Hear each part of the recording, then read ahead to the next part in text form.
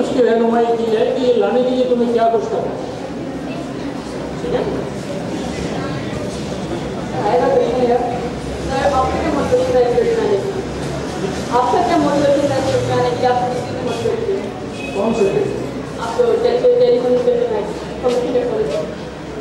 मेरी कहानी कुछ इस तरह है कि मैं तोशिबा टेलीविज़न की इंडस्ट्री यहाँ रन करता था, और 89 के बाद चाइना और कोरिया इतनी तेज़ी से यहाँ आए और पॉलिसीज़ में इतने चेंज आए कि टेलीविज़न मैन्युफैक्चरिंग पाकिस्तान में नाकाम हो गया।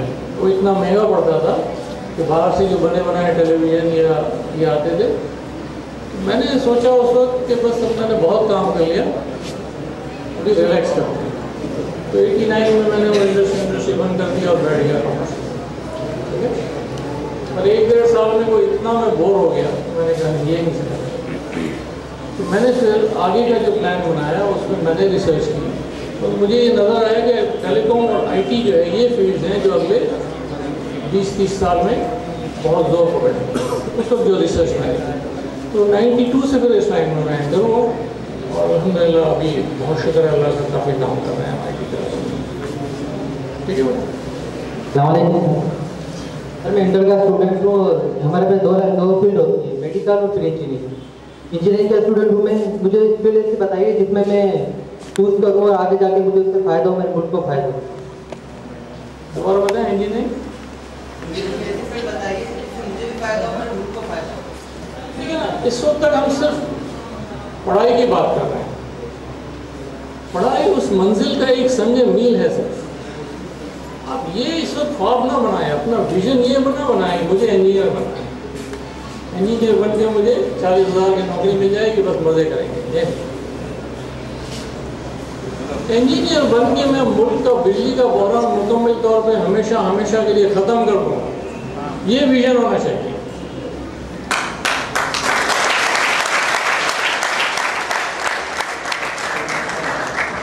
इसके लिए आपको इलेक्ट्रिकल इंजीनियरिंग पढ़ना ज़रूरी है, ऑल्टरनेट एनर्जी पढ़ना ज़रूरी है, फिर आप विंड फार्म्स बनाएं, फिर आप सोलर पावर प्रोड्यूस करें, और नई टेक्नोलॉजी लेके आएँ ताकि बिजली की भरमार हो जाए और ये मसला विजन आपका इस तरह का। एक छोटा सा जो संग मील है वहाँ पहुँचने के लिए एक मरहला है, वो ये है कि उसके लिए आपके पास बेहतरीन इंजीनियरिंग नॉलेज होना चाहिए, आपका इंजीनियर होना चाहिए।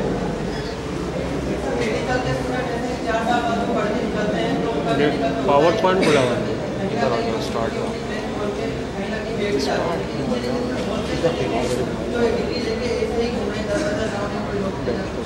देखिए ना, उसकी मंजिल डिग्री लेना, डिग्री ले ली, आगे की मंजिल का उसने सोचा ही नहीं था ना। अगर डे वन से वो ये प्लान करता कि मैं ये करूँगा और उसमें एक मरहला से भी है कि मैं डॉक्टर हूँ, तो आगे की प्लानिंग तो उसकी है ना।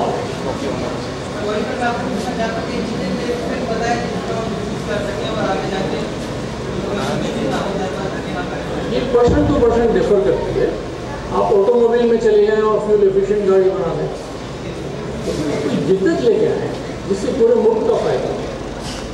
आप जैसे मैंने एनर्जी का बताया कि एनर्जी में कोई ऐसी इनोवेशन लेके आए तो बहुत सस्ती बिजली हमें लोकली मिल सके, हम ये पेट्रोल डिपेंडेंट ना हैं।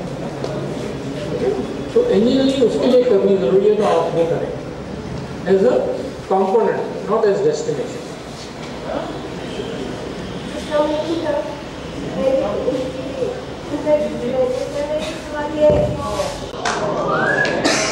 एक मिनट जनरेटर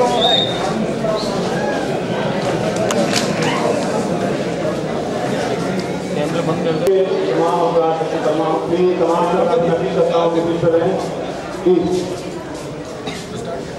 सर हमारे चीज़ें की महसूस होती है, हम कोशिश कर रहे हैं, हमारी 1% लेकर हम रह जाते हैं।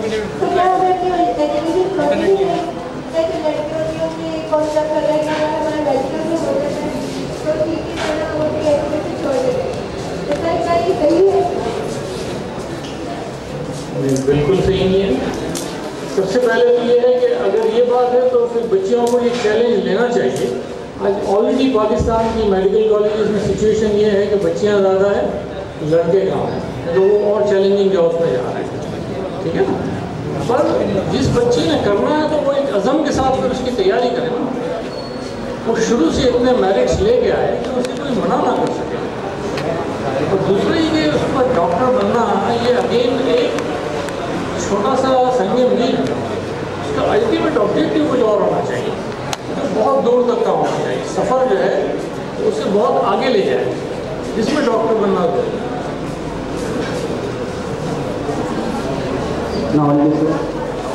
Sir, my name is Mohammad Tayyab. I am a student for the Iqra Secondary School. Sir, मैं क्वेश्चन for you.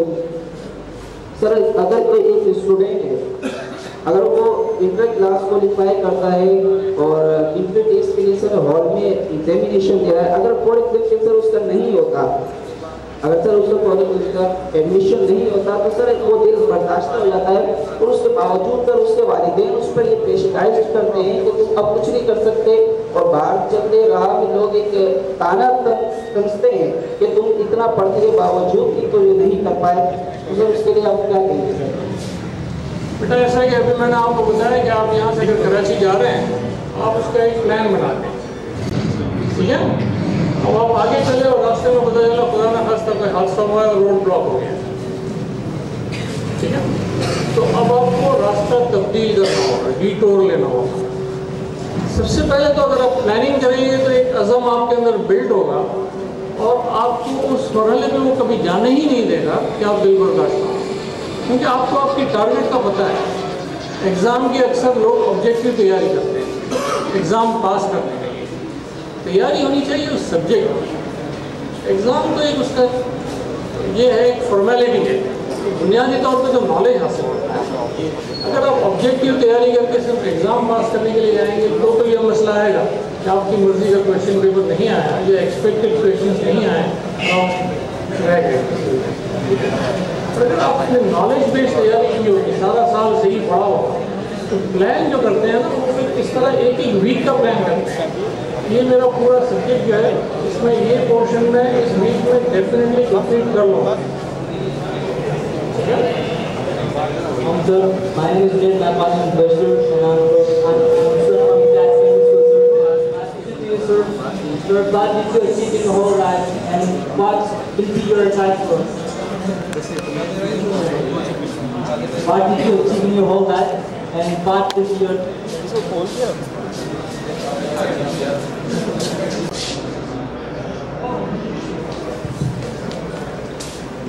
मैं इतना अदना सा हकीर सा इंसान हूँ कि मेरी अचीवमेंट्स को मॉडल ना बनाए, ठीक है। मेरी अचीवमेंट्स में शेयर करूँगा तो वो मॉडल सही बनेगा। आप तो मॉडल किसको बनाएं? सबसे पहले तो अगर रसूल सल्लल्लाहु अलैहि वसल्लम को मॉडल बनाएं, ठीक है, कि जिससे दुनिया भी बेहतर हो जाए और आखिरत भी बेहतर हो जाए। अब मुसलमान का अल्टीमेट गोल है।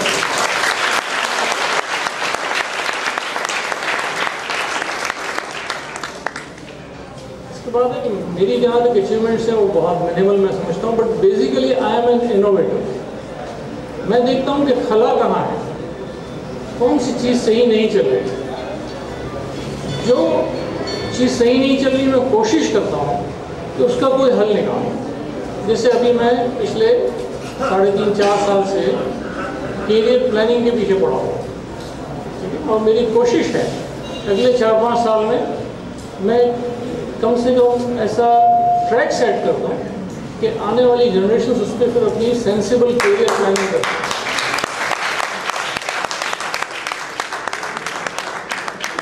तो मशवरा मेरा आपसे भी और सबसे ये है, स्पेशली अगली जनरेशन को, कि वो करियर को प्लान करें, ठीक है। अस्सलाम वालेकुम सर।